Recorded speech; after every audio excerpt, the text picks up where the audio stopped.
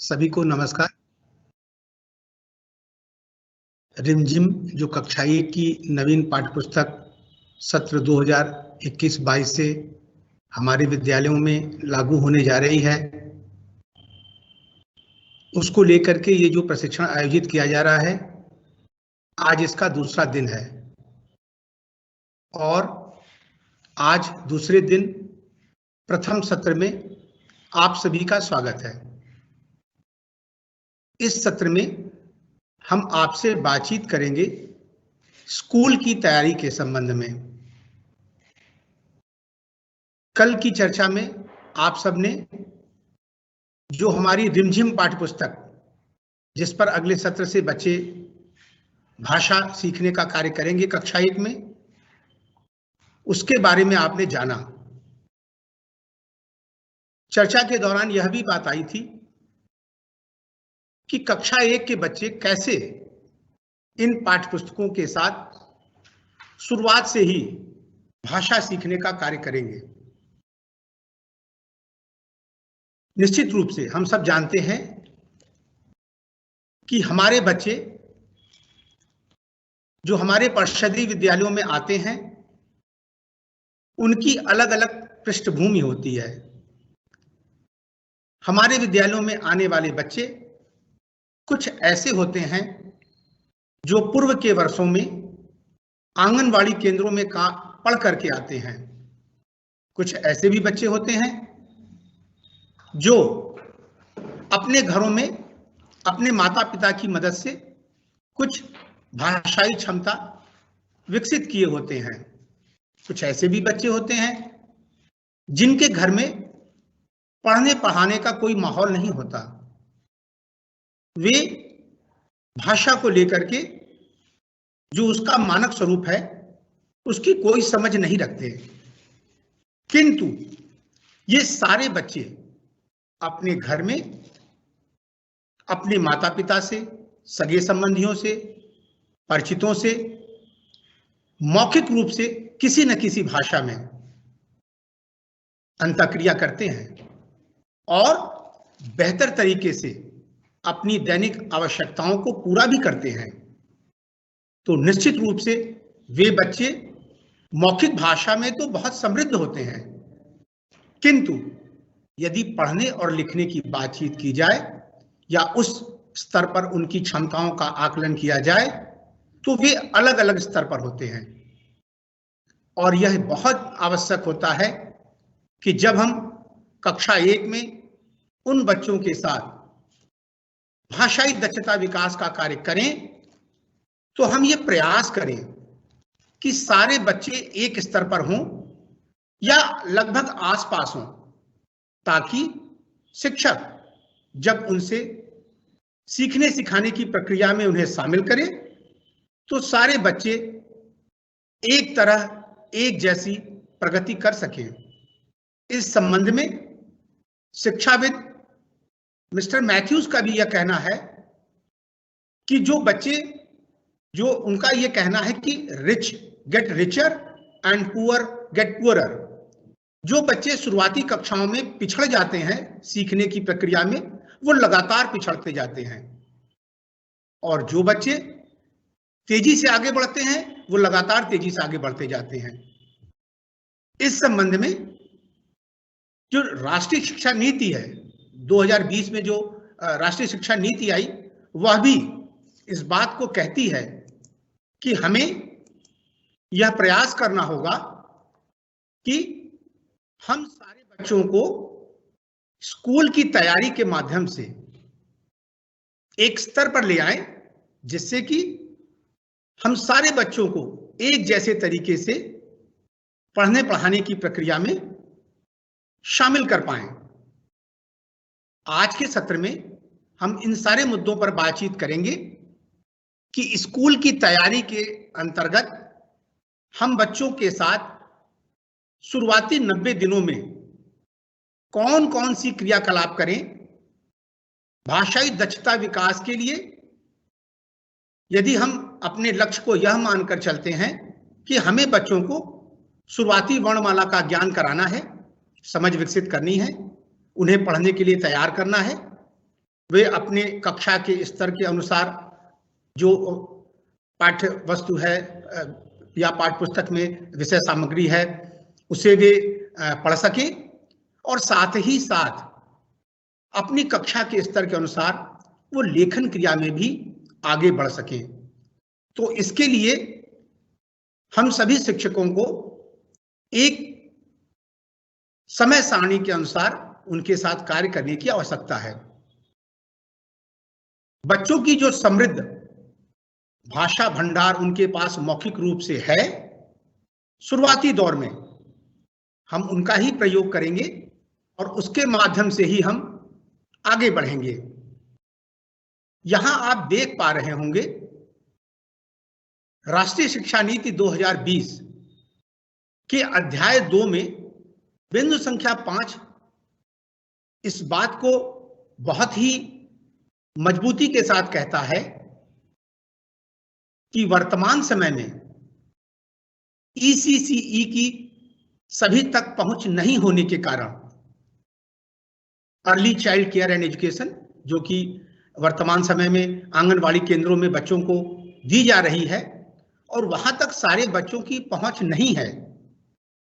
इसके कारण होता क्या है कि बच्चों का एक बड़ा हिस्सा प्रथम कक्षा में प्रवेश पाने के कुछ ही हफ्तों बाद, यहाँ कक्षा 1 की बात की जा रही है, जिस रिमझिम पाठ्यपुस्तक को लेकर के हम आपसे बातचीत कर रहे हैं, जब उस पाठ्यपुस्तक के साथ वे बच्चे कार्य करने को तैयार होते हैं, तो जो बच्चे ECCE केंद्र के हिस्सा नहीं होते हैं या वो आंगनबाड़ी केंद्रों में 1 साल या 2 साल नहीं बिताए होते हैं, तो उन बच्चों में और जो वहां होते हैं उन बच्चों में काफी अंतर होता है। और जो नहीं होते वो अपने सहपाठियों से, जब वो कक्षा 1 में प्रवेश लेते हैं और साथ साथ अध्ययन करते हैं, तो वो अपने सहपाठियों से पिछड़ जाते हैं। जिन बच्चों के घर में कोई पढ़ाने का माहौल नहीं है और या उनके माता पिता साक्षर नहीं हैं, वे अपने बच्चों को सपोर्ट नहीं कर पाते हैं शुरुआती दौर में या उसकी महत्ता को भी नहीं समझते। उनको ऐसा लगता है कि बच्चे विद्यालय जाएंगे तो ये शिक्षक का कार्य है, वो उनको पढ़ाएंगे, वो उनके साथ कार्य करेंगे, शिक्षण का कार्य, मेरा कार्य तो यह नहीं है। ऐसी भी सोच बहुत से माता पिता के साथ होती है और यह सब कुछ बच्चे के साथ इस तरीके से संलग्न होता है कि वे बच्चे अपने सहपाठियों के साथ लगातार पिछड़ते जाते हैं। और इन सारी बातों को लेकर के, जैसा कि राष्ट्रीय शिक्षा नीति में भी सुझाया गया है कि एक प्ले आधारित एक स्कूल तैयारी का मॉड्यूल बनाया जाएगा और उसी क्रम में SCERT के द्वारा भी स्कूल तैयारी मॉड्यूल बनाया गया है। यह 3 महीने का है, कुल 90 कार्य दिवसों में ये संचालित होगा और इसमें गतिविधियां और वर्कबुक शामिल की गए हैं और विशेष रूप से इसमें ध्यान रखा गया है कि अक्षर, ध्वनियां, शब्द, रंग, आकार इत्यादि पर बच्चों के साथ कार्य किया जाए।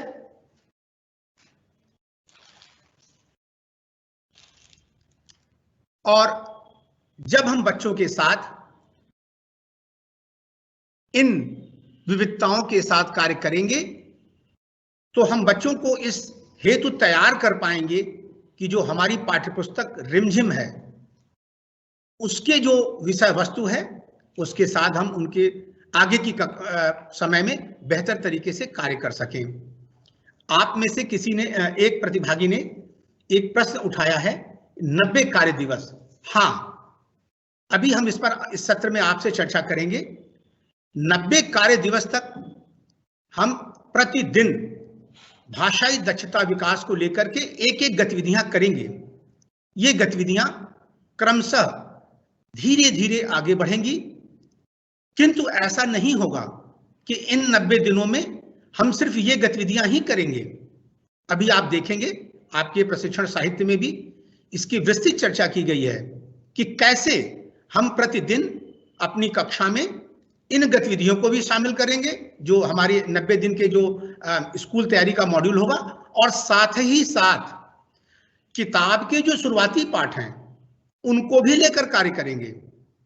और ऐसा करने के दौरान हम यह ध्यान रखेंगे कि बच्चों का जो स्तर है, वो जो कुछ कर पाने में सक्षम हैं, वो अपने अनुभव, पूर्व ज्ञान और क्षमता के अनुसार जितना कर पाएंगे, उसको ध्यान में रखते ही शिक्षक सारी गतिविधियों को संचालित करेगा। और उसका एक विस्तृत संदर्भ और प्लान आपके सामने रखा जाएगा, और हम इसको देखेंगे कि जब हम इन योजनाओं को लेकर के कक्षा कक्ष में बच्चों के साथ हैं, तो हम बेहतर तरीके से उनको विद्यालय में समायोजित कर पा रहे हैं। और इतना ही नहीं, हम उनकी जो भाषाई दक्षता विकास है, कक्षा 1 का जो अपेक्षित है उनसे कि कक्षा 1 के समाप्त होने तक उनका जो अधिगम संप्राप्ति है यहां तक होना चाहिए, वहां तक पहुंचाने में हम सफल होंगे। और इसके लिए शुरुआती दौर में, अब यदि बातचीत करें, कल के सत्र में भी एक प्रश्न आपके बीच से उठा था कि बच्चा अक्षर और वर्ण तो नहीं जानता, फिर शब्द कैसे बना पाएगा।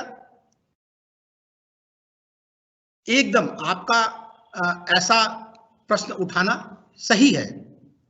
एक सामान्य शिक्षक भी इस तरीके से बात सोच सकता है, हम सब भी सोच सकते हैं। निश्चित रूप से आपने देखा होगा, जब कल हम लोगों ने पाठ्यपुस्तक का अवलोकन किया था, तो वहां पर एक बात आपके बीच में संदर्भित की गई थी कि भाषा शिक्षण की 2 विधाओं को हम लेके साथ चलते हैं, और जिसे हम कहते हैं संतुलित पद्धति। इसके 2 भाग होते हैं।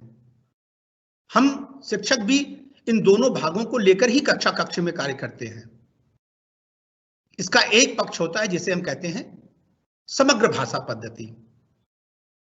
समग्र भाषा पद्धति की यदि बातचीत की जाए तो इसके अंतर्गत, जैसे मान लीजिए बच्चा घर से विद्यालय आ रहा है और शिक्षक से वार्तालाप कर रहा है, अपने सहपाठी से वार्तालाप कर रहा है, तो वो एक अपनी जो उसकी स्थानीय भाषा है, मातृभाषा है, घर की जो भाषा है, वो उसका प्रयोग कर रहा है और पूरी तरीके से व्याकरण सम्मत कर रहा है।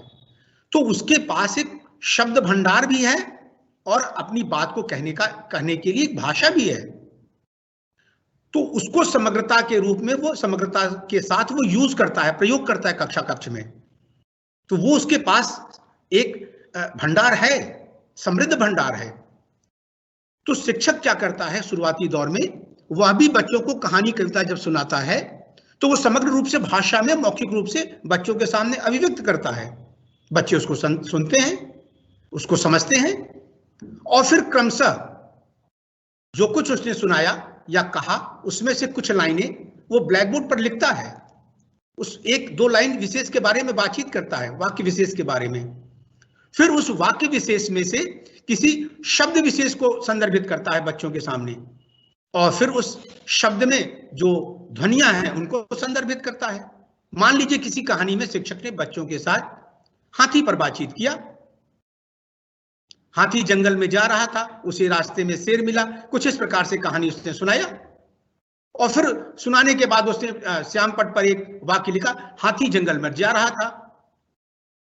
तो वाक्य लिखने के बाद फिर उसने हाथी को संदर्भित किया और बच्चों से कहा ये हाथी है। बच्चों ने भी कहा, बच्चों ने उसको देखा और हाथी बोला। अब हाथी में कितनी ध्वनियां हैं, तो 2 ध्वनियां हैं, हाँ और थी।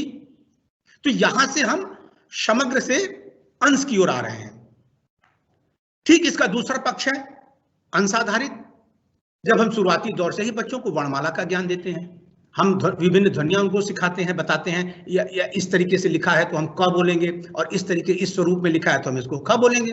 तो वहां हम बच्चों को ज्ञान देते हैं और फिर उनको मिला करके, जैसे हमें एक ध्वनि है क की आकृति दिखाई, दूसरी ध्वनि है म की आकृति दिखाई, और तीसरी ध्वनि है ल की आकृति दिखाई, और फिर तीनों को मिला करके हमने कमल बनाया।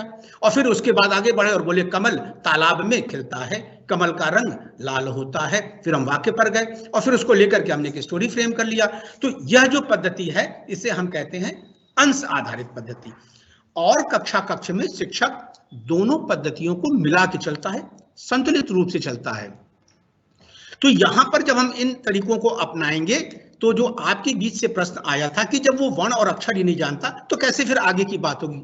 तो जब हम ये समग्र भाषा पद्धति अपनाएंगे तो वहां कुछ निश्चित उद्देश्यों की पूर्ति होगी, और जब अंश आधारित हम पद्धति अपनाएंगे तो वहां कुछ निश्चित उद्देश्यों की पूर्ति होगी।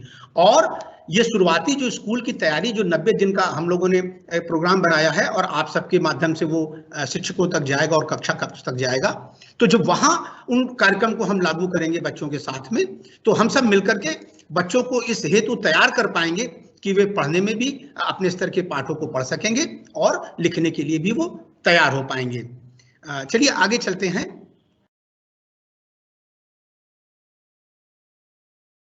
शुरुआती दौर में जब बच्चे हमारे विद्यालय में आते हैं तो उनकी जो अपेक्षा होती है, बच्चों की जो अपेक्षा होती है, क्योंकि उनके लिए विद्यालय एक नया परिवेश होता है। घर में तो अपने माता पिता के प्रति बहुत सहज होते हैं, वो अपनी बातों को बड़े आसानी से माता पिता से कह भी लेते हैं और उनके व्यवहार को भी बेहतर तरीके से जानते हैं कि किस प्रकार की प्रतिक्रिया हमको मिलेगी। किंतु जब वो विद्यालय में आते हैं तो विद्यालय में उनको एक नवीन वातावरण से रूबरू होना पड़ता है, और उस स्तर पर ये बहुत आवश्यक होता है शिक्षक के लिए कि शिक्षक कैसे बच्चों को विद्यालय के परिवेश में समायोजित करें, कैसे बच्चों को यह एहसास दिलाने में सफल हो कि जैसा आपका घर है वैसा ही ये विद्यालय है। जिस भाषा में आप घर में अंतःक्रिया कर रहे थे उसी भाषा को मैं सम्मान दूंगा, जिसे L1 भी कहा जाता है, जो उनकी अपनी मातृभाषा है, स्थानीय भाषा है या परिवेशी भाषा है। यह बार बार कहा जाता है कि उन भाषा को जो बच्चे अपने घर से लेके आते हैं जिसमें वो समृद्ध होते हैं, यदि वो विद्यालय में उनको शुरुआती दौर में प्रयोग कर रहे हैं तो उनको पूरा सम्मान मिलना चाहिए।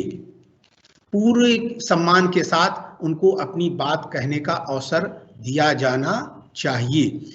और फिर धीरे धीरे जब शिक्षक उनसे मानक भाषा में या कक्षा कक्ष में मानक भाषा का प्रयोग शिक्षक द्वारा होता है, या वो शब्द कक्षा कक्ष में पढ़ने पढ़ाने के दौरान तैरते हैं, तो बच्चे अनुसरण करते हैं और अनुकरण और अनुसरण के माध्यम से फिर वैसा ही बोलने लगते हैं और बच्चे अपनी स्थानीय या मातृभाषा से मानक भाषा की ओर आगे बढ़ते हैं।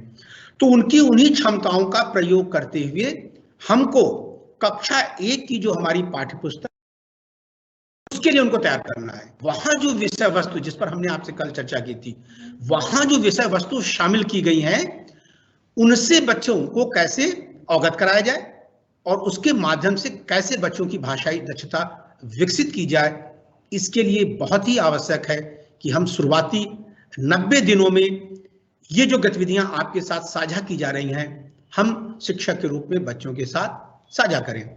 उसमें सबसे पहली गतिविधि, शिक्षक बच्चों के साथ सामान्य जो विद्यालय का परिवेश है, वहाँ जो आसपास का वातावरण है और शिक्षक जो हैं उनसे बच्चों का परिचय हो, वो विद्यालय के प्रांगण को देखें, विभिन्न कक्षा कक्षों का अवलोकन करें, वहाँ जो चीजें लगी हैं उनसे वो अंतःक्रिया करें, उनको ऐसा लगे जैसे मेरा घर है वैसा मेरा विद्यालय है। शुरुआती दौर में कुछ खिलौने अगर हैं तो वो आप उनको खेलने को दे सकते हैं, और उनको एक ऐसा माहौल दीजिए जैसे कि ये आपके घर जैसा ही है और हम आपके अभिभावक जैसे ही हैं, हम आपके घर के सदस्य जैसे ही हैं। अब धीरे धीरे हम उनको भाषा के विकास की जब तरफ ले चलते हैं तो पहले हम शिक्षकों को यह प्रयास करना चाहिए कि हम उनसे छोटे छोटे प्रश्न करें और उनको ऐसा एहसास कराएं कि कोई ऐसी नई बात आपके सामने या कोई ऐसी चैलेंजिंग बात आपके सामने नहीं रखी जा रही है जिससे आपको यदि प्रश्न का उत्तर देने में कोई असुविधा हो रही हो, या कोई ऐसा आपके सामने प्रश्न रखा जा रहा है कि जो आपको असहज कर रहा है। इन बातों से हम शिक्षकों को बचना होगा। तो शुरुआती दौर की चर्चा में आप उनसे पूछ सकते हैं, तुम्हारा नाम क्या है, या आपके घर में कौन कौन है, घर में तुम्हें कौन सबसे अच्छा लगता है।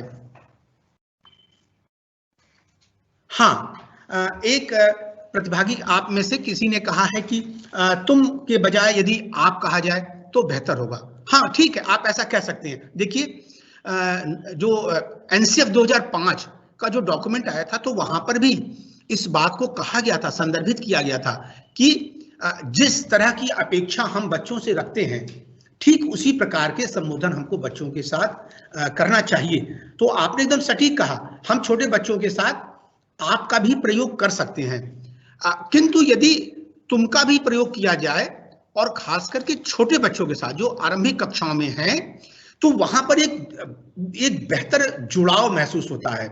इसको भी हमको जानना होगा, हम इसको नकार नहीं सकते। हम देखिए अपनी माँ को घर में जब हम आप कह के संबोधन करते हैं तो ऐसा लगता है जैसे हम माँ के साथ औपचारिक बातचीत कर रहे हैं, और जब मैं अपनी माँ के साथ हम तुम संबोधित करके कहते माँ तुमने तो ऐसा, मैंने तो तुमको कहा था कि आज मैं थोड़ा देर से घर आऊंगा, कुछ इस तरीके की जब बात करते हैं तो आपका एक जुड़ाव तुम शब्द के साथ बेहतर हो पाता है। तो ठीक है, अगर आपको लगता है कि आप अपने बच्चों के साथ आप शब्द का संबोधन कर पा रहे हैं और उसके साथ बच्चे आपके साथ सहज महसूस कर रहे हैं, तो आप इन शब्दों को प्रयोग कर सकते हैं। ठीक, तो जब इस तरह के आप प्रश्न करेंगे, जब बच्चों को आप मौखिक रूप से अपने आप को शुरुआती दौर में अभिव्यक्त करने का अवसर देंगे, तो आप देखें कि जैसे तुम्हारा नाम क्या है, हर बच्चा अपना नाम बहुत आसान तरीके से बता लेता है, चाहे वो एक ही शब्द में बताए या 2-3 शब्द उसके लिए प्रयोग करे, वो आपके सामने कह लेगा और उसको लगेगा ये तो सामान्य सी बातचीत हो रही है हमारे साथ। सभी बच्चों को अवसर मिला, सारे बच्चों ने एक दूसरे को बोलते हुए देखा, वो उनसे प्रेरित भी हुए और अपनी बात भी कहे, क्योंकि कुछ बच्चे शुरुआती कक्षाओं में थोड़ा झिझक रखते हैं, जब तक उनको शिक्षक अवसर न दे या सहज न वातावरण बनाए वो नहीं बोल पाते।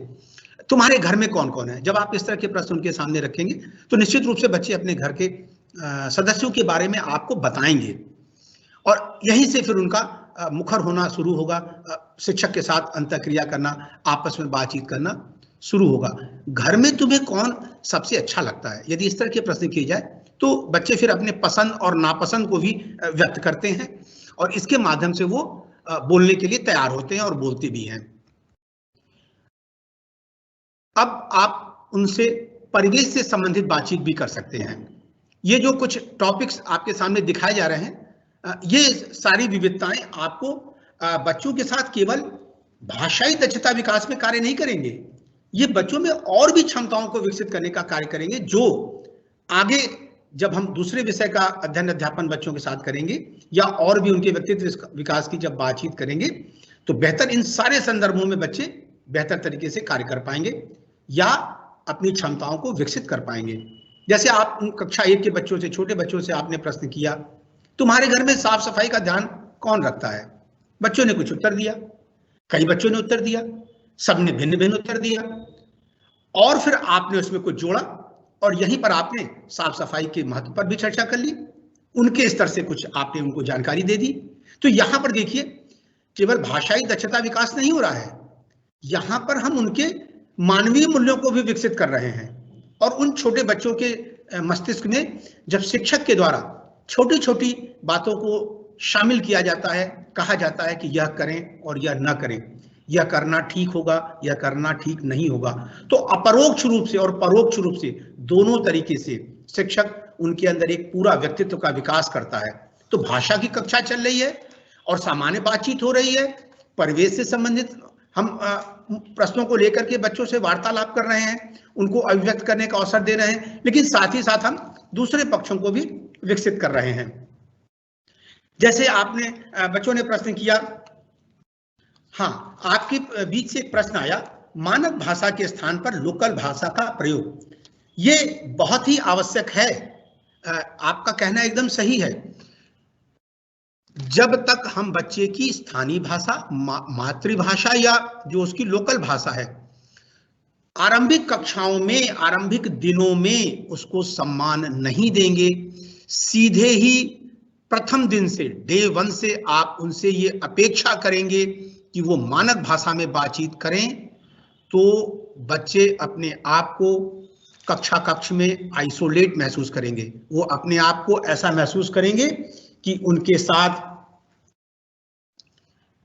शायद वो अपनी बात नहीं कह पा रहे हैं और ऐसी स्थिति में वो अपने आप को चुप कर लेंगे, वो आपकी बातों का प्रतिक्रिया नहीं देंगे, क्योंकि उन्हें लग रहा है कि जो भाषा में मेरे घर में अभी तक काम हो रहा था, 4 साल, 5 साल, 6 साल की उम्र में, मैं तो सारा काम अपने दिन भर का अपना सारा काम मैं इसी भाषा में कर रहा था और घर में तो सब कुछ मेरा संभव हो रहा था, और अचानक एक दिन जब मैं आया विद्यालय में तो शिक्षक कह रहे हैं ऐसे नहीं, ऐसे बोलो, ये नहीं सही है, ये सही है। तोता को पट्टू बोल रहा हूं तो कह रहे हैं नहीं, पट्टू नहीं, तोता बोलो। अगर मैं कुत्ता को वो कुकुर बोल रहा हूं तो वो कह रहे नहीं कुकुर नहीं कुत्ता बोलो। तो जब हर चीज में शिक्षक उनको कह रहा है नहीं ये गलत है, जो मैं कह रहा हूं वो सही है, तो ये बच्चों में एक नकारात्मक भाव लाता है। और इतना ही नहीं, एनईपी 2020 भी आप उस डॉक्यूमेंट को पढ़ेंगे, वो भी कह रहा है कि लोकल लैंग्वेज, एनईपी तो ये भी कह रहा है कि प्राथमिक कक्षाएं, कक्षा 1 से लेकर के 5 तक स्थानीय भाषा में ही संचालित की जानी चाहिए, और कक्षा 6, 7, 8 की कक्षाएं भी यदि संभव हो तो स्थानीय भाषा में ही संचालित की जानी चाहिए। और एनईपी यहां भी नहीं रुकता, एनईपी यह भी कहता है कि इसके आगे की भी कक्षाएं यदि आपके पास सुविधाएं उपलब्ध हो और पाठ्यपुस्तक उस भाषा में उपलब्ध हो तो आप उनको भी स्थानीय भाषा में आप उसको संचालित कर सकते हैं, ऐसी कोई बाध्यता नहीं है। और उद्देश्य सिर्फ इसके पीछे एक ही है कि भारत, अतुल्य भारत, हमारे पास भाषाई समृद्धि इतनी बेहतर है, हम पूरे विश्व में अनोखे हैं। हमारे भारत में 22 भाषाओं को हमने संविधान में मान्यताएं दी हैं।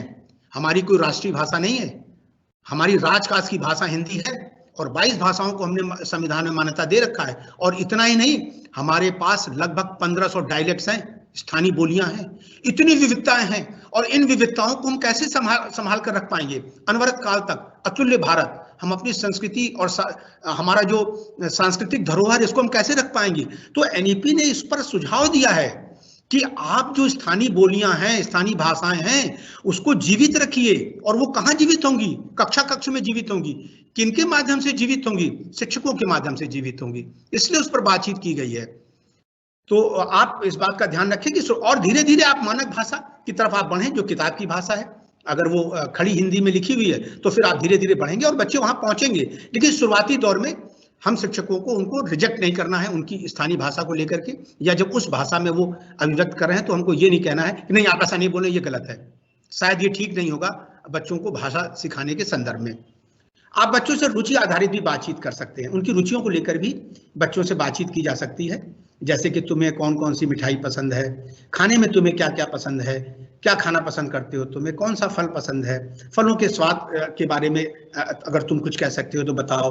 तो ये रुचि के आधार पर कौन सा कार्य तुम्हें करना पसंद है, घर में कौन सा ऐसा कार्य होता है जो तुम्हें नहीं अच्छा लगता, या विद्यालय में कौन सी ऐसी गतिविधि होती है जो तुम्हें लगता है कि नहीं होना चाहिए, या क्या चाहते हो तुम विद्यालय में तुम्हारा हम लोग मिलकर के और क्या क्या कार्य करें, या किस तरीके से हम आपके साथ शिक्षण कार्य करें। तो रुचियां, बच्चे जब रुचियों को व्यक्त करते हैं तो वहां भी उनको अपने अनुभव और जो पूर्व ज्ञान होता है उसके आधार पर बात कहने का अवसर मिलता है। और यह शिक्षक को भी अपनी कक्षा को संचालित करने के लिए या अपने शिक्षण विधि में संशोधन करने के लिए अवसर देता है।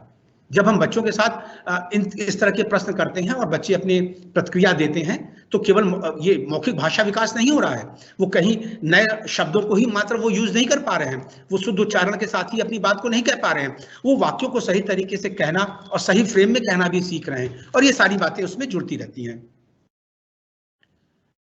आप बच्चों के साथ शुरुआती दौर में खेल संबंधी बातों को भी कर सकते हैं। एक प्रश्न आपके बीच से आया है कि गतिविधि सत्र के आरंभ में या बाद में?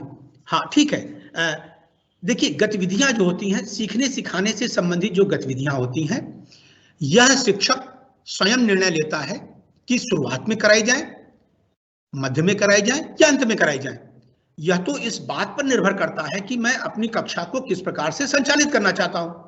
यदि आपको लगता है कि मेरी कक्षा एक गतिविधि से संचालित होगी और फिर उस गतिविधि के अंदर जो बातें आएंगी उनको लेकर ही मैं आगे बात करूंगा, बच्चों से चर्चा करूंगा। जैसे कि किसी कहानी को सुनाने की बात होती है तो फिर हम ये देखते हैं कि पहले हम कहानी सुनाएं, या पहले उससे सामान्य बातचीत करें, या हम पहले बच्चों से कुछ शब्दावली पर बातचीत कर लें, या फिर कोई हम रोल प्ले कर लें, या उसके बच्चों से कोई चित्र बनवा लें। तो ये हम खुद फैब्रिकेट करते हैं, एक शिक्षक खुद गतिविधियों का निर्माण करता है कि गतिविधि किस स्तर पर कराई जाए, शुरुआत में, मध्य में या अंत में। इसके लिए कोई गाइडलाइन नहीं है, ये तो शिक्षक की सुविधा है, उसकी शिक्षण योजना है, वो किस तरीके से अपने कक्षा कक्ष को बेहतर तरीके से आयोजित कर सकता है।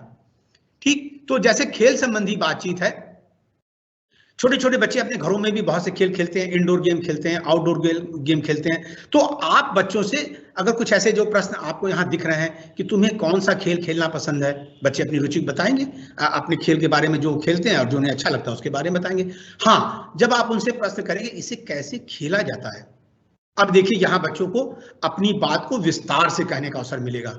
अब वो देखेंगे, अब वो उनको क्षमताएं उनकी इस प्रकार से विकसित होंगी कि वो पूरी तरीके से उसको व्याख्यात करेंगे कि पहले ऐसे करते हैं, फिर ऐसे करते हैं, इसका ये नियम होता है, फिर इसको ऐसे खोला जाता है, इसमें इतने लोग शामिल होते हैं, इसमें इस चीज का प्रयोग किया जाता है।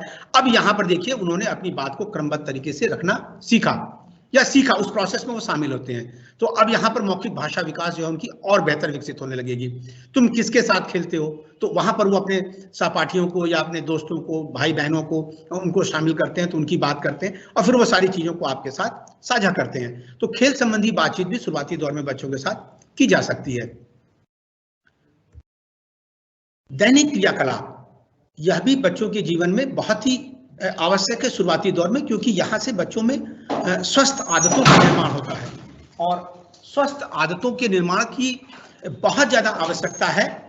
और यदि ये भाषा की कक्षा में अगर हम शिक्षक कर पा रहा है, या भाषा की कक्षा के माध्यम से हम बच्चों में जो उनके दैनिक क्रियाकलाप हैं, जो स्वस्थ आदतें हैं, उन पर हम बातचीत कर पाते हैं या उनमें इन क्षमताओं का विकास कर पाते हैं, तो यह भी आगे की पढ़ाई के दौरान या आगे की कक्षाओं में उनको बहुत मदद करता है।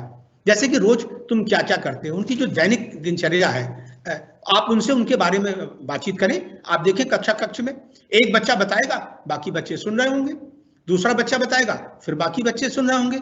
हर बच्चे की दिनचर्या थोड़ी मोड़ी अलग हो सकती है, उनमें थोड़ा अंतर हो सकता है।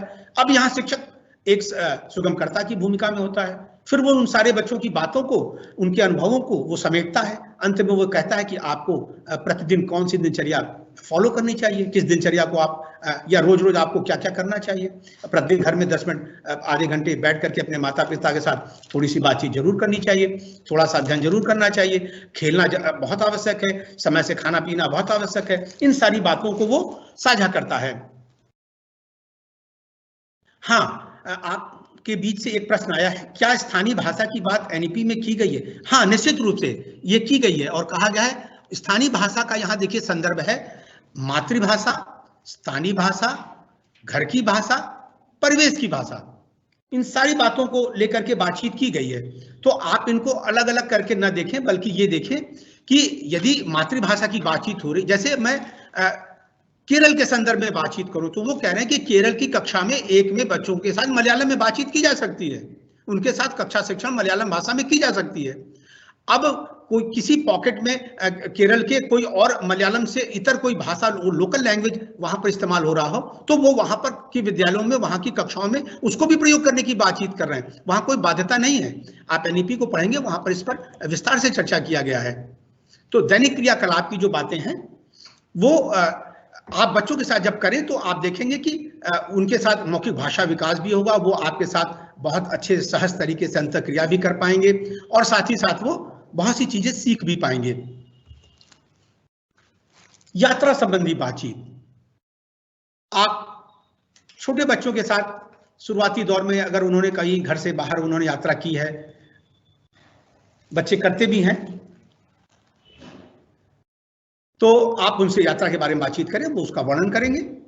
या एक बहुत अच्छा तरीका है बच्चों को अपनी बात कहने का। आप उनको अगर ऐसा अवसर दे रहे हैं तो आप देखें कि बच्चे बहुत अच्छे से अपनी यात्राओं का वर्णन करते हैं, वहाँ पर जो घटनाएं होती हैं उनके बारे में बातचीत करते हैं और आपको सारी बातें विधिवत सुनाएंगे। अगर कोई उनका कोई ऐसा अनुभव है जो बहुत सुखद है, वो उसको भी खुशी के साथ आपके साथ चर्चा करेंगे। कोई घटना घटी है उसके बारे में भी आप जाने, उसको भी वो आपको बताएंगे। बहुत बेहतर तरीके से बच्चे अपनी बातों को कहते हैं।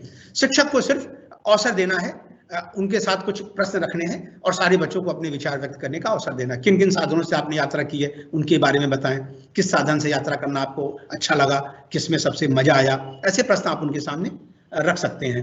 आप में से एक प्रश्न और आया है, स्थानीय भाषा से मानक भाषा की ओर जा सकते हैं? निश्चित रूप से एक शिक्षक को स्थानीय भाषा से मानक भाषा की ओर जाना ही होगा कक्षा में।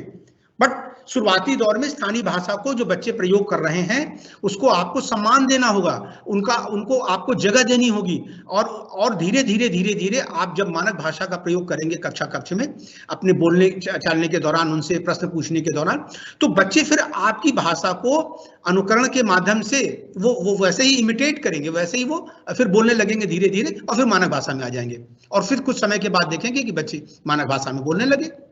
तो ये एक दिन में संभव नहीं है, इस पूरी यात्रा को हमको तय करना होता है। आप हिंदी से अंग्रेजी में जैसे यात्रा तय करते हैं, आप हिंदी में बोलते हो, फिर धीरे धीरे आप अंग्रेजी के शब्द जो आपके कक्ष में तैरते हैं, या आप ऐसे माहौल में बैठते हैं जहां पर कि सभी लोग अंग्रेजी बोल रहे होते हैं, तो आपकी बाध्यता होती है, और फिर धीरे धीरे आप उस भाषा को सीखते हैं और फिर उसी तरीके से इमिटेट करने लगते हैं। उसी तरीके की यात्रा हमको स्थानीय भाषा से, मातृभाषा से, या जो हमारी घर की भाषा है उससे, और मानक भाषा के पर भी हमको ऐसी ही यात्रा करनी होगी और उन बच्चों को करानी होगी।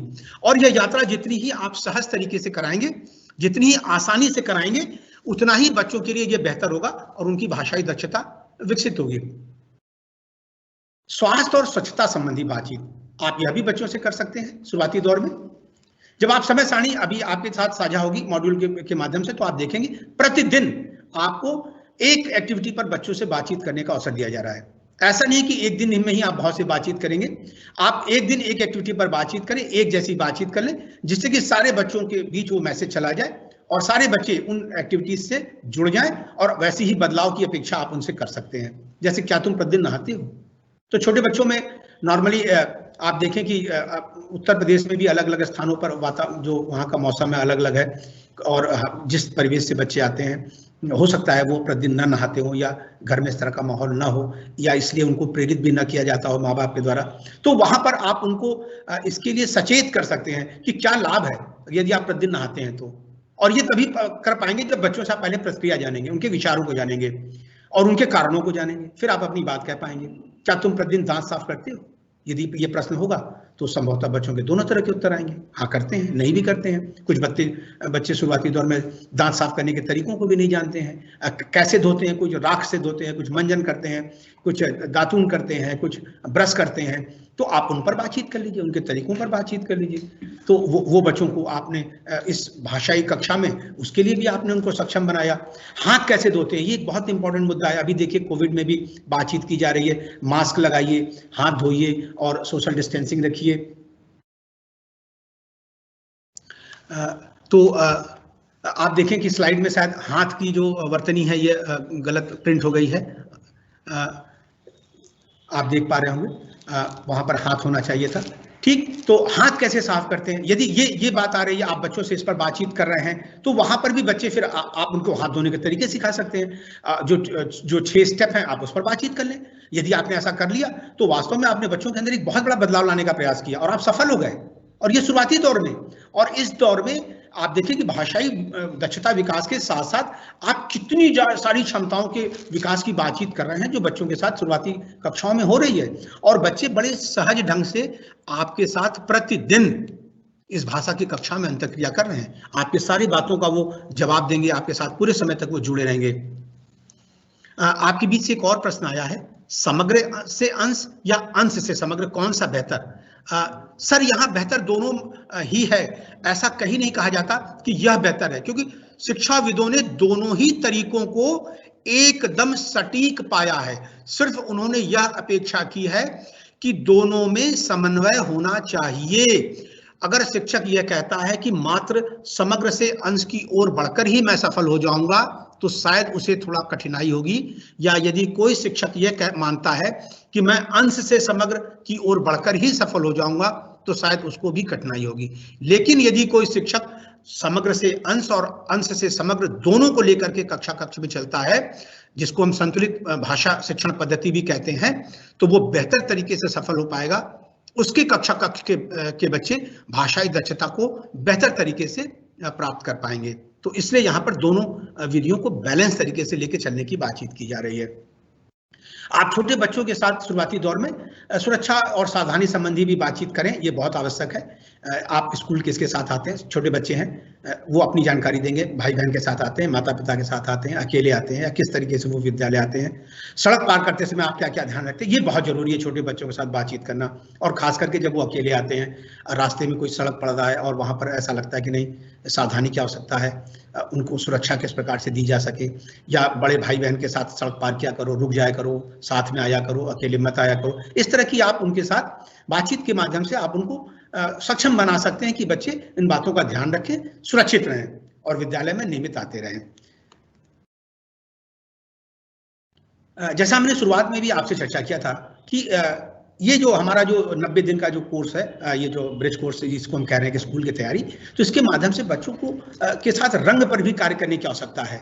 और उसके लिए शुरुआती दौर में हम बच्चों के साथ रंगों की विभिन्न रंग जो उनकी पहचान कराना, और हमने कुछ आकृतियां दे दी और उसमें रंगों को भरना, और आकृतियों में जब वो बच्चे रंग भरते हैं तो आप निश्चित रूप से उनको, चाहे आप पेंसिल कलर दें या वैक्स कलर दें या वाटर कलर दें, जो भी दें, छोटी कक्षाओं में तो पेंसिल और वैक्स कलर ही ज्यादा प्रयोग करते हैं, तो बच्चे देखिए वहां पर एक कलम की तरीके से उस पेंसिल को पकड़ते हैं या उस वैक्स कलर का जो पेंसिल उसको पकड़ते हैं। तो यहाँ पर अब हम लेखन की तरफ भी आगे बढ़ गए हैं, कहीं ना कहीं उनके हाथ में हम लिखने की ओर अग्रसर हो रहे हैं कि कैसे लिखा जाएगा, इसके लिए हम उनको तैयार कर रहे हैं, और काम यहाँ रंगों का हो रहा है, रंगों की पहचान करा रहे हैं। उनसे हम कंट्रोल्ड वे में वो एक आकृति के अंदर ही रंग भरने को कह रहे हैं। शुरुआती दौर में आप आड़ी तिरछी लाइनें भी उससे खींचने को कह सकते हैं, अलग अलग रंगों की पहचान करा सकते हैं। जैसा आप निर्देश देंगे कि चलिए आप 2 लाइन लाल कलर से खींचिए, 2 लाइन नीली कलर से खींचिए, 2 गोले पीले रंग से बनाइए, 2 गोले नीले रंग से बनाइए, तो आपके निर्देश का वो अनुपालन कर रहे हैं, रंगों को भी पहचान रहे हैं, निर्देशों का भी अनुपालन कर रहे हैं,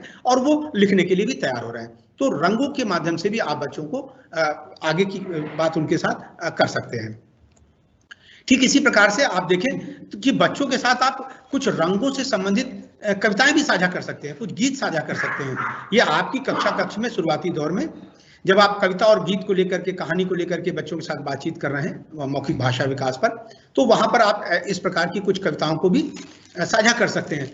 हरे गुलाबी लाल बैगनी नीले नीले पीले पीले, लाया हूं जी मैं गुब्बारे प्यारे प्यारे ये चमकीले। आप इस तरह की कविता बच्चों को सुनाएं, उनके साथ साझा करें, और हाव भाव से आप उनके साथ गाएं, और फिर आप जैसे हरे हैं तो फिर हरे रंग का आइडेंटिफाई कराएं कि वो कहाँ पर, अगर आपने कहीं लगा रखा है, ये जैसा चित्र में दिख रहा है, इसमें आप उनको अवसर दें कि वो हरे रंग पर अपनी उंगली रखें या बताएं कहाँ पर हरा गुब्बारा है, कहाँ नीला है, कहाँ बैगनी है। तो रंगों की पहचान पर भी कार्य होगा। बच्चों के लिए एक छोटी सी गतिविधि भी होगी, खेल भी होगी, और रंगों की पहचान भी होगी, और बच्चों को बोलने का अवसर भी मिलेगा।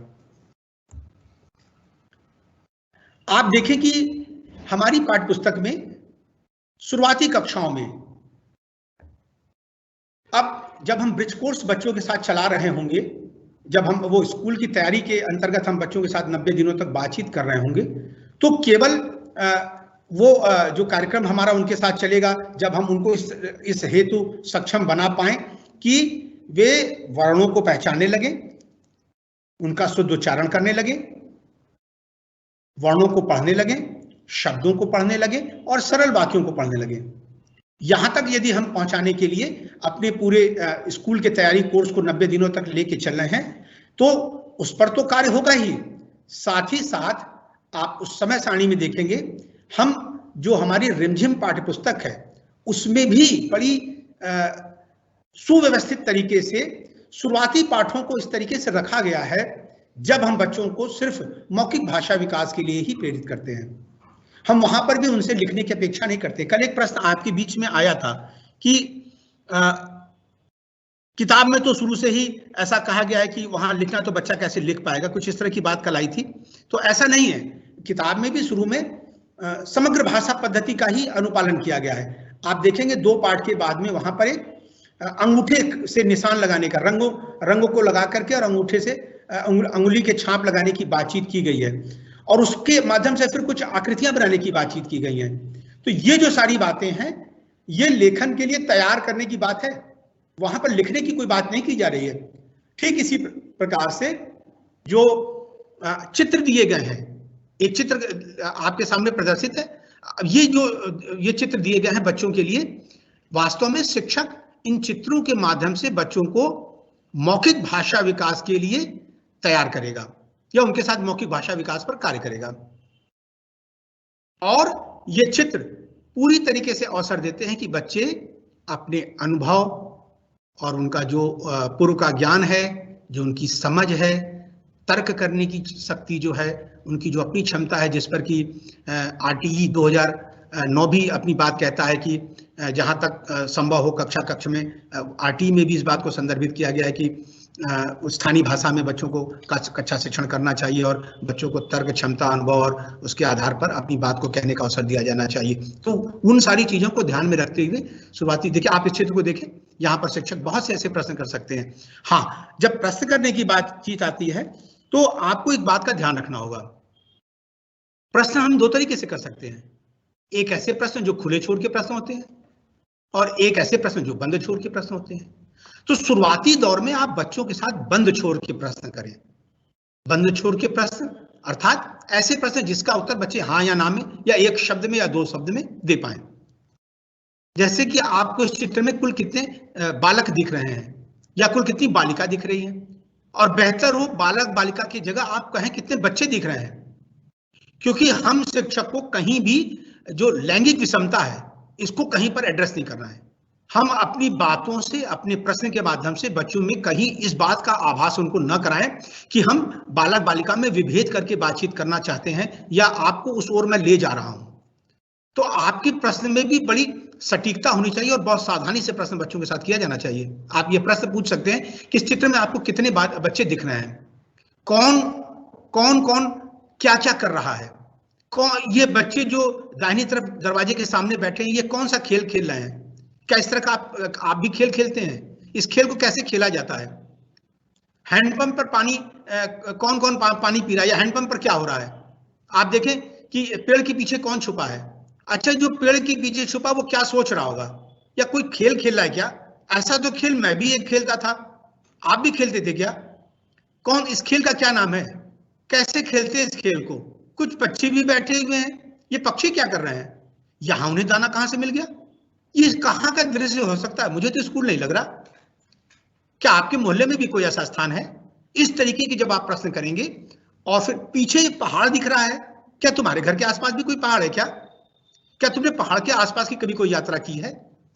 जब इस तरह के प्रश्न करेंगे और बच्चों को अपने विचार व्यक्त करने के अवसर देंगे तब आप देखेंगे कि वो अपने अनुभव, चिंतन, ज्ञान और समझ को लेकर के बेहतर तरीके से अपनी बात को कह पा रहे हैं। और यही इस पाठ्य पुस्तक के शुरुआती समय में ये उद्देश्य दिया गया है। तो हमको इनको भी लेकर के बच्चों के साथ साझा करना है। कहानियां उनको सुनानी है। एक आप देखेंगे कि यहाँ पर एक शुरुआत में एक पाठ झूला है, तो वहां पर हम शिक्षकों से अपेक्षा की गई है कि अब झूला क्या है, तो बच्चे झूला जानते हैं, अगर नहीं जानते हैं तो भी आप उनसे चर्चा करें, उसके बारे में बातचीत करें, संभव हो तो विद्यालय के प्रांगण में उनको दिखाएं। और झूला कविता को आप उनके साथ सस्वर वाचन करें, हाव भाव के साथ, गीता के साथ, बच्चों को उसको याद कराएं, बच्चे झूला कविता को गाएं और फिर उससे संबंधित जो अभ्यास कार्य फिर उनको आगे के समय में फिर उस पर हम कार्य करेंगे। तो शुरुआती दौर में कहानियों को साझा करना, कविताओं को साझा करना, बच्चों को सुनाना और उनसे सुनना, ये दोनों जो कार्य हैं ये बहुत ज्यादा मात्रा में जब होंगे तब बच्चे आप देखेंगे कि बेहतर तरीके से अपनी मौखिक भाषा को विकसित कर रहे हैं। और भाषा सीखने में कई जो स्टेप्स होते हैं जिसमें हम कहते हैं कि हम शुरुआती दौर में पहले मौखिक भाषा विकास पर कार्य करते हैं, फिर हम ध्वनि जागरूकता उनके अंदर पैदा करते हैं, ध्वनि के प्रति समझ विकसित करते हैं, और फिर ध्वनि और अक्षर में सहसंबंध हम स्थापित करने का कार्य करते हैं कि किस ध्वनि के लिए कौन सा अक्षर लिखा जाता है या किस अक्षर वर्ण के लिए कौन सी ध्वनि हम उत्पन्न करते हैं। और उसके तरीके फिर आगे हम बढ़ते हैं तो फिर हम उनको धारा प्रवाह पढ़ना सिखाते हैं, जब बच्चे मात्राओं को मिला करके और धारा प्रवाह तरीके से पढ़ पाते हैं। फिर हम उनको इस तरह विकसित करते हैं कि वो समझ के साथ पढ़ पाएं, उसके लिए हम उनको तैयार करते हैं। फिर आगे बढ़ते हैं तो फिर हम उनके शब्दकोश में विकास करते हैं, और फिर आगे बढ़ते हैं तो हम उनको लिखने की ओर अग्रसित करते हैं। तो ये जो चरण होते हैं भाषा सीखने के, बच्चों के साथ धीरे धीरे हम आगे बढ़ते हैं।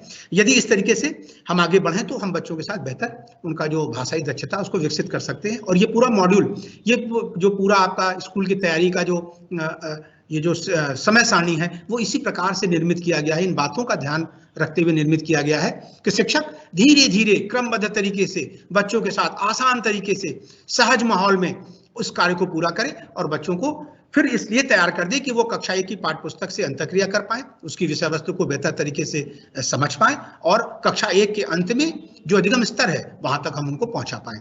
इसी क्रम में देखिए एक चित्र आपको और दिख रहा है, यहाँ पर लिखा हुआ है स्कूल का पहला दिन।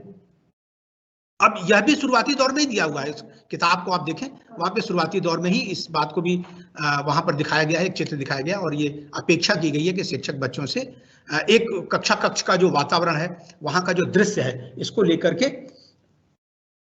उसको दृश्य को लेकर के बातचीत करें और बच्चों से बहुत से प्रश्न करें। यहाँ पर बहुत से देखिए आप रंगों पर भी प्रश्न करने का अवसर है, बच्चों के क्रियाकलाप पर भी प्रश्न करने का अवसर है। शिक्षिका जो हैं, जो बच्चों के साथ गतिविधि का, आप एक देखिए कितनी अच्छी बात यहाँ पर दिखाई गई है कि लड़के और लड़कियां यहाँ मिक्स एकदम समेकित रूप से बैठे हुए हैं। यहाँ पर कोई ऐसा लैंगिक विषमता नहीं है और बच्चे स्वतंत्र रूप से अपना कार्य भी कर रहे हैं। शिक्षिका भी अंतर क्रिया कर रही है, सारे सहज हैं, एक स्तर पर हैं। शिक्षिका ने कुर्सी छोड़ करके जमीन पर दरी पर बैठी हुई है, ये बहुत अच्छी बात है।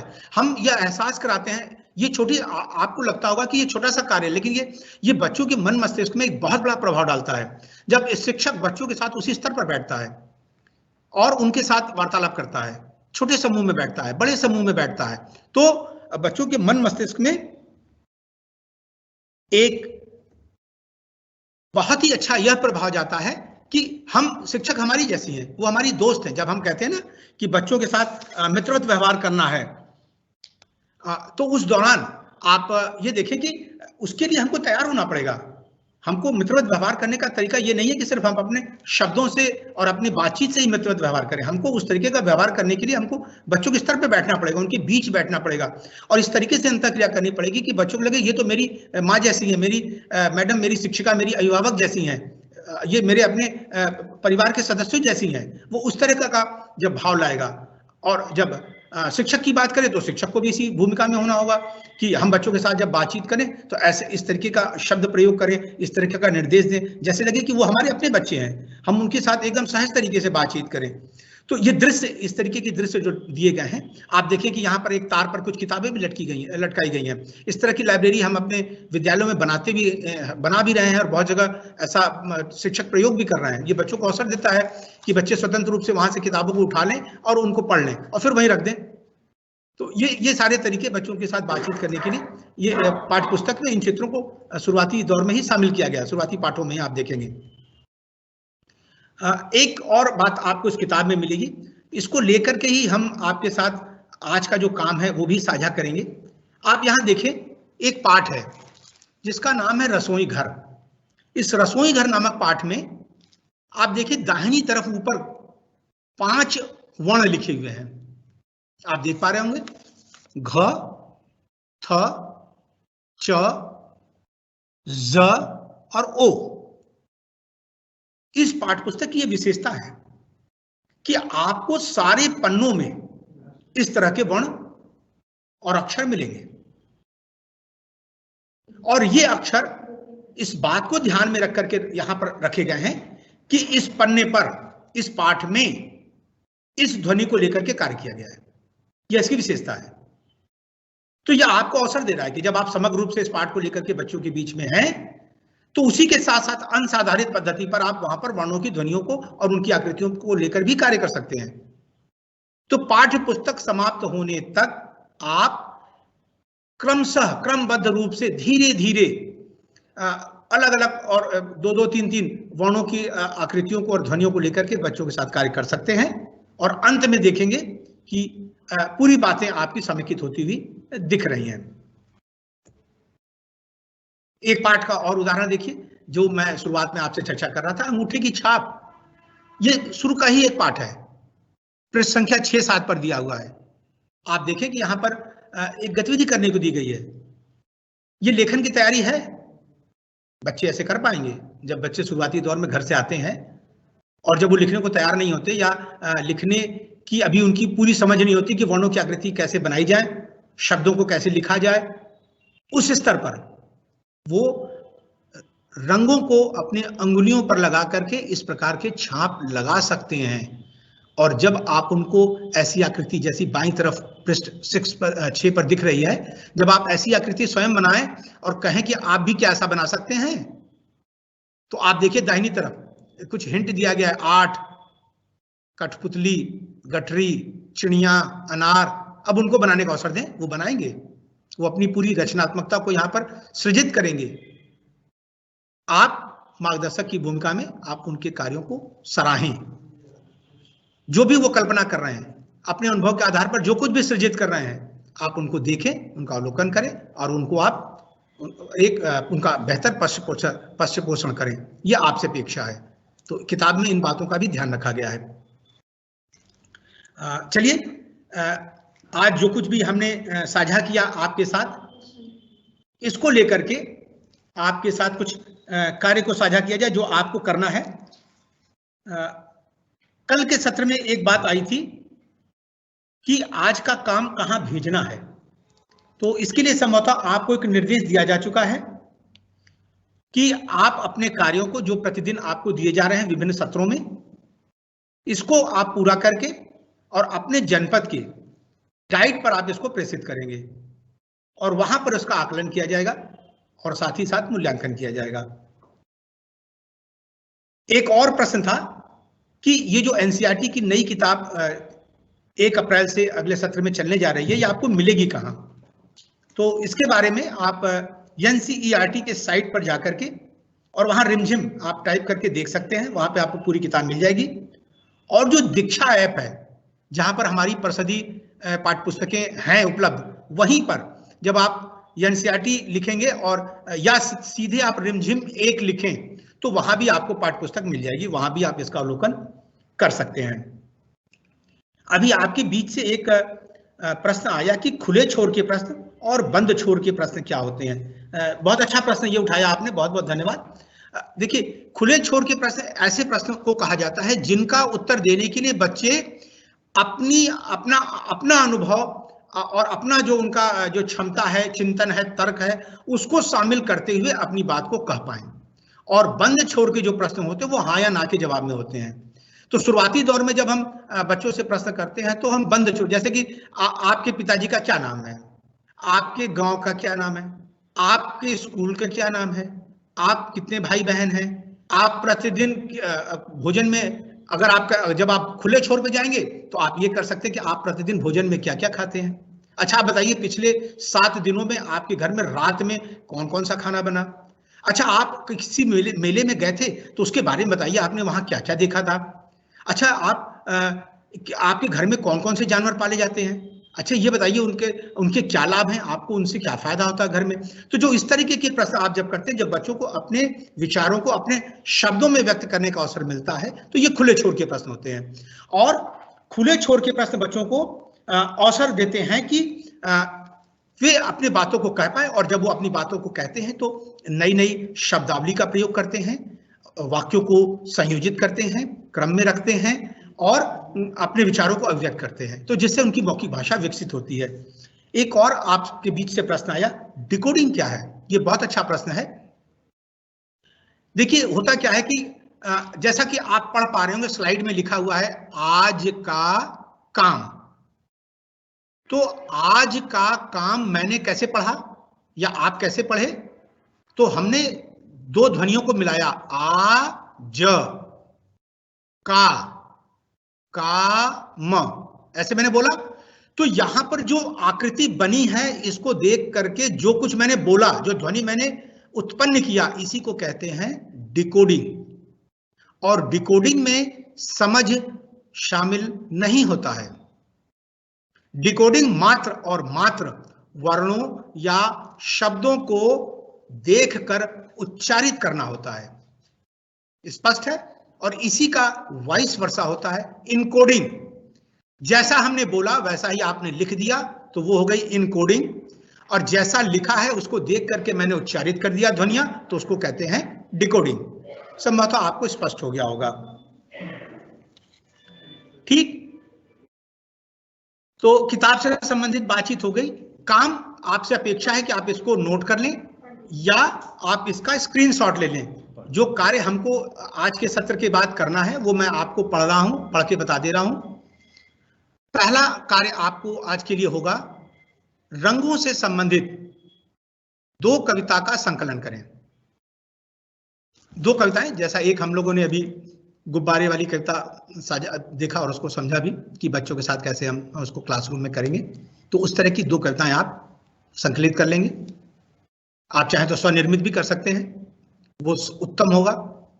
एक और आप कार्य करेंगे, रिमझिम जो कक्षा 1 की पाठ्य पुस्तक है, आप जैसा लिंक दिया गया, आप वो एनसीईआरटी की साइट पर जाकर के अथवा दीक्षा के साइट पर जाकर के, वहां पर आप सभी के पास दीक्षा तो अब ऐप डाउनलोड है ही है, हम लोग उसी से प्रशिक्षण भी कर रहे हैं, तो आप वहां चले जाएंगे, पाठ्य पुस्तक का अवलोकन करें, आप देखें उनके विभिन्न पन्नों को और यह पता करें कि क्या पाठ्यपुस्तक के अलग अलग पन्नों पर जो वर्णमालाएं दी गई, जिस पर भी हमने चर्चा किया आपसे, तो क्या सारी पूरी पाठ्यपुस्तक में हर पन्नों पर जो अलग अलग वर्णमालाएं दी गई हैं, वर्ण दिए गए हैं वर्णमाला के जो, तो वो सबको मिलाकर के क्या वर्णमाला पूरी जा रही है या कोई ऐसा वर्ण है जो छूट रहा है? तो आप एक बार उसको देख लेंगे कि एक पन्ने पर मान लीजिए 2 या 3 वर्ण दिए गए, दूसरे पन्ने पर फिर 2-3 वर्ण दिए गए, तीसरे पन्ने पर फिर कुछ वर्ण दिए गए। तो इन सारे वर्णों को यदि एक जगह लिख लिया जाए तो क्या सारी ध्वनियां हमारी स्पष्ट हो जा रही हैं? सारी वर्णमाला के जो वर्ण है वो सारे उसमें शामिल हो जा रहे हैं। तो एक आपका ये छोटा सा कार्य ये होगा। और एक और कार्य करेंगे, जैसा भी आपके बीच से प्रश्न भी आया, खुले छोर के और बंद छोर के प्रश्नों को लेकर के, तो एक छोटा सा और कार्य करिएगा आप कि बच्चों से सामान्य बातचीत के लिए प्रश्नों का आप निर्माण करिए। कुछ जैसे हम लोगों ने शुरुआत में कुछ प्रश्नों को लेकर आपके साथ साझा किया कि आप इन मुद्दों पर बच्चों से बातचीत कर सकते हैं, कुछ ऐसे प्रश्न रख करके बच्चों को बोलने का अवसर दे सकते हैं, उनको विचार व्यक्त करने का अवसर दे सकते हैं। और ये जो बातें होंगी ये सिर्फ भाषाई दक्षता विकसित नहीं करेंगी बल्कि बच्चों की और भी क्षमताएं विकसित करेंगी। तो आप भी इसी प्रकार के कुछ प्रश्नों को निर्मित करने का प्रयास करेंगे, अलग अलग मुद्दों पर करिएगा। और प्रश्न का निर्माण करते समय इस बात का ध्यान रखिएगा कि प्रश्न के माध्यम से बच्चों को अधिक से अधिक अपने आप को अभिव्यक्त करने का अवसर मिले। बात वही आ रही है खुले छोर के प्रश्नों की। बंद छोर के प्रश्न शुरुआती दौर में तो किए जा सकते हैं, लेकिन वो उद्देश्य की पूर्ति तब तक नहीं कर पाते जब तक हम उनके साथ खुले छोर के प्रश्न हम न कर पाए। ठीक, तो आज आप सभी हमारे साथ जुड़े, इसके लिए आप सभी को बहुत बहुत धन्यवाद।